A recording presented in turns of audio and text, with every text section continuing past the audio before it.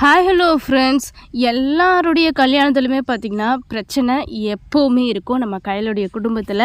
இப்போ பார்த்திங்கன்னா புதுசான ஒரு பிரச்சனை, அதாவது பழைய பிரச்சனை புதுசாக கிளம்பி வரப்போகுது. அப்படி யாரை சொல்கிறேன் அப்படின்னு தானே பார்க்குறீங்க.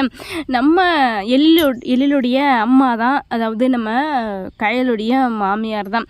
இப்போ பார்த்திங்கன்னா ஏகப்பட்ட பிரச்சனையை வந்து கிளப்பி விடுறதுக்காக தயாராக இருக்காங்க. இத்தனை நாளாக வந்து என் பிள்ளைய பிரிஞ்சு என்னால் இருக்கவே முடியல, இவ்வளோ நாளாக நான் வந்து இருந்துட்டேன், இனிமேலும் நான் இருக்க மாட்டேன், இவளை வச்சு என் குடும்பத்தை கெடுத்துட்டீங்க, இப்போது இந்த வீட்டு கடைசி பொண்ணை வச்சு இன்னொரு குடும்பத்தை கெடுக்க போகிறீங்களா, அதை நான் விடவே மாட்டேன், நீங்கள் என்ன பண்ண வேணும்னாலும் பண்ணிக்கோங்க, என்னால் முடிஞ்சதை நான் பண்ணி தான் ஆகுவேன் அப்படின்னு சொல்லிட்டு இவங்க ஒரு பக்கம் புதுசாக வந்து பிரச்சனையை கிளப்புறதுக்காக காத்துக்கிட்டு இருக்காங்க. எங்கடா வாய்ப்பு கிடைக்கும் அப்படின்னு சொல்லிட்டு இப்போது அதாவது முதல் பத்திரிக்கை வந்து அவங்க நம்மளுக்கு வச்சுட்டாங்க. நம்ம போயிட்டு எழிலுடைய வீட்டுக்கு வைக்கிறது தான் வந்து மரியாதை. ஏன்னா மூத்த மருமக அப்படின்னு சொல்லிட்டு நம்ம காமாட்சி அம்மா பார்த்திங்கன்னா சொல்கிறாங்க. இதனால் வந்து மூர்த்தி, காமாட்சி, எழில் வரல. இன்னொரு பக்கம் வந்து நம்ம இப்போ 3 பேருமே பார்த்திங்கன்னா போயிட்டு அவங்க என்ன சொன்னாலுமே வந்து நம்ம பேசக்கூடாது. ஏன்னா அவங்களுடைய கோபமும் ஆதங்கமும் வந்து நம்மளுக்கு நல்லாவே புரியுது. ஏன்னா எழில் பார்த்திங்கன்னா நம்ம வீட்டிலே வந்து தங்கிட்டாரு, அந்த வீடே வேணாம், அந்த சொத்து சுதந்திரம் அந்த எங்கள் அப்பா அம்மா யாருமே வேணாம் அப்படின்னு சொல்லிட்டு, அதனால் வந்து அவங்க வந்து ஒரு பிள்ளைய இழந்ததாக வந்து ஒரு கஷ்டம் இருக்கும். நம்மளே அந்த மாதிரி வந்து நம்ம குடும்பத்தில் இருந்து அன்புவோ இல்லை மூர்த்தியோ அந்த மாதிரி போயிருந்தால் நம்மளுக்கு எவ்வளோ கஷ்டமாக இருக்கும், அதே போல் தான் அவங்களுக்கு இருக்கும். அவங்க என்ன சொன்னாலும் நம்ம அதை வாங்கிக்கிட்டோம் இருக்கணும், தாங்கிக்கணும் அப்படின்னு சொல்லிட்டு நம்ம கையல் பார்த்திங்கன்னா ஏற்கனவே சொல்லி தான் கூப்பிட்டுட்டு போயிருக்காங்க. அதையும் தாண்டி பேசக்கூடிய நிலமையில், அதாவது நம்ம மூர்த்திக்கும் கையலுக்கும் கோபம் வர அளவுக்கு கூடிய பார்த்திங்கன்னா நம்ம எழிலுடைய அம்மா பார்த்திங்கன்னா பயங்கர பேச்சு பேசிகிட்டு இருக்காங்க. என்ன மேடம் நீங்கள் பேசிக்கிட்டு இருக்கீங்க, உங்கள் பிள்ளைய போயிட்டு நான் எப்படி வந்து மைக்கு வீட்டுக்கு கூட்டிகிட்டு போயிட்டேன், அவராக வந்தது தானே அப்படின்னு சொல்லிட்டு நம்ம கையில் எந்த அளவுக்கு புரிய வைக்கணும் முடியுமோ அந்த அளவுக்கு வந்து புரிய வச்சுட்ருக்காங்க. யார் என்ன சொன்னாலுமே வந்து நம்ம அவங்க பார்த்திங்கன்னா அவங்க பேசுகிறது தான் பேச்சு. ஏன்னா நம்ம வேதவள்ளி எப்படி பேசுவாங்க அதே போல் தான் வந்து எழிலுடைய அம்மாவும் பேச போகிறாங்க. இது எல்லாம் இந்த காதலை வாங்கி அந்த காதலை விட்டுட்டு போய்கிட்டே இருக்கணும். இப்போ பத்திரிக்கை கொடுக்கறதுக்காக வந்திருக்காங்க. ஆனால் அந்த பத்திரிக்கையை கூட பார்த்திங்கன்னா மனசார வந்து வாழ்த்தி வாங்கிறது கிடையாது. அவங்க வாங்கலைனாலும் பரவாயில்லை. இப்போ இந்த பிரச்சனை ஒரு பக்கம் இருந்தாலும் மிகப்பெரிய பிரச்சனை வந்து நம்ம ஷாலினி கிளப்ப போகிறாங்க. அதே போல் வந்து நம்ம ஆனந்தியும் வந்து பார்த்துக்கிட்டு இருக்காங்க. என்ன ஷாலினி நீ சொல்கிற, ஏன் இப்படி பண்ணுற, விட்டுடு, என்னுடைய காதல் என்னோடவே போகட்டும், நான் இதை அப்படியே மறந்துடுறேன், குழி தோண்டி புதைச்சிடுறேன், எல்லாத்துக்குமே காரணம் என் குடும்பம், என் கையிலக்கா, இவங்க நல்லா இருக்கணும், எந்த பிரச்சனையுமே வந்து குடும்பத்தில் வரக்கூடாது என்னால், அதனால் வந்து யாருக்குமே வந்து எந்த ஒரு கஷ்டமும் இருக்கக்கூடாது, நான் வந்து விட்டுடுறேன் அப்படின்னு சொல்லிட்டு பேசினபடியே வந்து மீனாட்சி அம்மாவுடைய பையனவே வந்து நான் கட்டிக்கிறேன் அப்படின்னு சொல்லிட்டு நம்ம ஆனந்தி பார்த்திங்கன்னா சொல்கிறாங்க. எல்லாத்தையும் மறந்துடுறேன், கெட்ட கனவாக நினச்சி மறந்துடுறேன் அப்படின்னு சொல்லிட்டு இப்போது அதே போல் வந்து நம்ம ஷாலினிக்கும் வந்து காதலுடைய வழி என்ன அப்படின்னா புரியும். மறந்துடுறேன் அப்படின்னு சொல்லிட்டு அவள் வாய் வார்த்தையால் தான் சொல்லுவாள், மனசார சொல்லாத அவள் கண்டிப்பாக வந்து சொல்ல மாட்டாள், அவளுக்கு வாய் வராது அப்படின்னு சொல்லிட்டு நம்ம ஷாலினி பார்த்திங்கன்னா வேறு லெவலில் முடிவெடுக்கிறாங்க. ஃபோன் பண்ணி பார்த்திங்கன்னா பாலுவுக்கு வந்து பேசுகிறாங்க. பாலுக்கிட்ட நீங்கள் கவலையே படாதங்க, நாங்கள் கையலண்டிக்கிட்ட சொல்லி இந்த கல்யாணத்தை சிறப்பாக நடத்திடுறோம், இதுக்கெல்லாம் நீங்கள் வருத்தப்படாதீங்க, எல்லாத்தையும் பார்த்துக்கலாம், நான் உண்மையை சொல்ல போகிறேன், இந்த கல்யாணத்தை நிறுத்த போகிறேன், உங்களுடைய கல்யாணத்தை நடத்த போகிறேன் அப்படின்னு சொல்லிட்டு நம்ம ஷாலினி பேசுகிற பேச்சு ரொம்ப சூப்பராக இருக்குது. அவ்வளோ ஒரு தைரியத்தோடு சொல்லிக்கிட்டு இருக்காங்க. ஆனால் இதனால் வந்து எவ்வளவு அசிங்கம், எவ்வளவு கெட்ட பேர், எவ்வளவு அவமானம் அப்படின்னு சொல்லிட்டு நம்ம ஷாலினி பார்த்திங்கன்னா கொஞ்சம் யோசிக்கலாம்.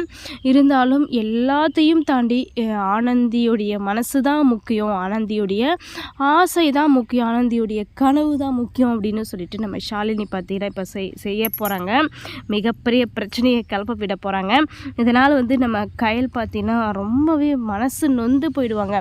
ஏற்கனவே முதல்ல வந்து இந்த விஷயத்த சொல்லியிருந்தா கண்டிப்பாக வந்து இந்த சம்மதத்தை வந்து பேசியிருக்கவே மாட்டாங்க, அப்படியே நிறுத்திட்டு இருப்பாங்க நம்ம கையில். உண்மையிலேயே வந்து நம்ம ஆனந்திக்கு தான் சப்போர்ட் பண்ணி பேசியிருப்பாங்க. இப்போது எல்லா முடிவுமே முடிஞ்சு, அதாவது பத்திரிக்கை முதல் கொண்டு அடித்து, அதுக்கப்புறம் வந்து இந்த கல்யாணத்தை ஊர் பூரா வந்து பத்திரிக்கை வச்சுட்டு இந்த கல்யாணத்தை நிறுத்து அப்படின்னு சொன்னால் யாராலாவது நிறுத்த முடியுமா? அது எந்த அளவுக்கு வலிக்கும் அப்படின்னு ஷாலினி யோசிக்கலாம். ஏற்கனவே அதாவது முன்னதாகவே வந்து நம்ம ஷாலினிக்கு இந்த உண்மை தெரிஞ்சிருந்தால் கண்டிப்பாக வந்து இந்த கல்யாணத்தை நிறுத்தியிருப்பாங்க. எல்லா தப்புமே வந்து முழுக்க தப்பு பண்ணது எல்லாமே வந்து நம்ம ஆனந்தி தான். ஆனந்தி முதலே சொல்லியிருந்தால் யாருக்குமே வந்து எந்த ஒரு பிரச்சனையுமே கிடையாது. அவன் பணக்காரனா ஏழையா அப்படின்னு கூட பார்த்துருக்க மாட்டாங்க. கண்டிப்பாக வந்து பாலுவோட சேர்த்து வச்சுருப்பாங்க நம்ம ஆனந்தி டாக்டராக இருந்தாலும் பரவாயில்ல, பாலு சாதாரண ஆட்டோ டிரைவராக இருந்தாலும் பரவாயில்ல, சம்மதம் சொல்லி பார்த்திங்கன்னா கண்டிப்பாக வந்து தனத்துடைய தம்பி அப்படின்ற மாதிரி உண்மை தெரிஞ்சிருந்தாலும் பரவாயில்ல, கல்யாணம் சிறப்பாக நடத்தி வச்சுருப்பாங்க. எதுவுமே சொல்லாமல் கடைசி நேரத்தில் காலை வாடுற மாதிரி வந்து நம்ம கையலுடைய கஷ்டத்தை வந்து யாருமே புரிஞ்சிக்கக்கூடிய சூழ்நிலையே இல்லை. இப்போ ஷாலினி பார்த்திங்கன்னா இப்படி ஒரு முடிவு எடுத்து ஃபோன் பண்ணி சொல்லிடுறாங்க, எதுக்குமே நீங்கள் கவலைப்படாதீங்க, எல்லாத்தையும் பார்த்துக்கலாம், ஆனால் இந்த கல்யாணத்தை நான் நிறுத்த போகிறேன், உங்கள் கல்யாணத்தை நான் நடத்த போகிறேன் அப்படின்னு சொல்லிட்டு சொல்லும்போது வந்து பாலுவுடைய அடி வயிற்றில் பால் வாத்த மாதிரி இருக்குது. அதே போல் தானே வந்து நம்ம மீனாட்சி அம்மாவுடைய குடும்பத்துக்கும் இருக்கும். அவங்களுக்கு இவ்வளோ பெரிய ஏமாற்றத்தை கொடுக்கறதுக்காக இவங்க காத்துக்கிட்டு இருக்காங்க.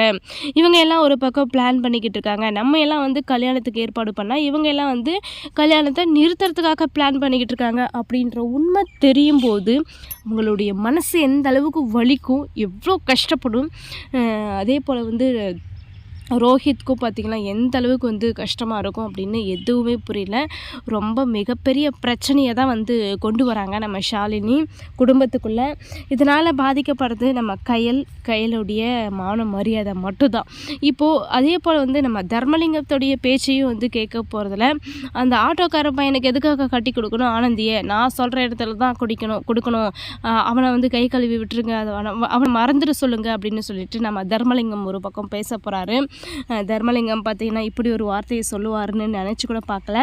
இப்போது தர்மலிங்கம் வந்து இவங்க சொல்கிறபடி பேச்சு கேட்கல அப்படின்னா நம்ம தர்மலிங்கம் என்ன பண்ண போகிறாரு அப்படின்னா, தர்மலிங்கம் பார்த்திங்கன்னா பழைய தர்மலிங்கமாக வந்து மாற போகிறாரு. கண்டிப்பாக வந்து கையலுக்கும் சரி கையலுடைய குடும்பத்துக்கும் சரி ஜென்ம விரோதியாக வந்து நம்ம தர்மலிங்கம் பார்த்திங்கன்னா மாற போகிறாரு. இதனால் வந்து ஒரு நாளைக்கு இல்லை, 2 நாளைக்கு இல்லை, தினமும் பார்த்திங்கன்னா கஷ்டத்தையும் அசிங்கத்தையும் அவமானத்தையும் சந்திக்கக்கூடிய சூழ்நிலை வந்து நம்ம கையலுடைய குடும்பத்துக்கு இருக்குது. இப்போது இதையெல்லாம் தாண்டி இதையெல்லாம் தாங்கணும் அப்படின்னா நம்ம கையலுடைய குடும்பம் பார்த்திங்கன்னா கொஞ்சம் தைரியத்தோடையும் தன்னம்பிக்கையோடையும் இருக்கணும். இதுக்கு எல்லாத்துக்கும் காரணம் நம்ம ஆனந்தியை சொல்லி இனிமேல் எந்த ஒரு பிரயோஜனமும் இல்லை. உண்மை தெரிஞ்ச பிறகு இந்த கல்யாணத்தை நிறுத்திட்டு அந்த கல்யாணத்தை அதாவது பாலுவோடைய சேர்த்து வைக்க தான் போகிறாங்க. நம்ம கையல் என்ன பண்ணாலும் வந்து பேசினபடி வந்து மீனாட்சி அம்மாவுடைய குடும்பத்தில் வந்து நம்ம ஆனந்தியை பார்த்திங்கன்னா கட்டி கொடுக்க போகிறதில்ல. இதுதான் உண்மை. என்னதான் நடக்கும், எப்படி இந்த பிரச்சனையெல்லாம் சால்வ் பண்ணி வெளியில் வர போகிறாங்க நம்ம கையல் அப்படின்ற விஷயத்த நம்ம பொறுத்திருந்து பார்க்கலாம். இந்த மாதிரி இன்ட்ரெஸ்டிங்கான வீடியோ கேட்க நம்ம சேனலை நீங்கள் சப்ஸ்கிரைப் பண்ணிக்கோங்க.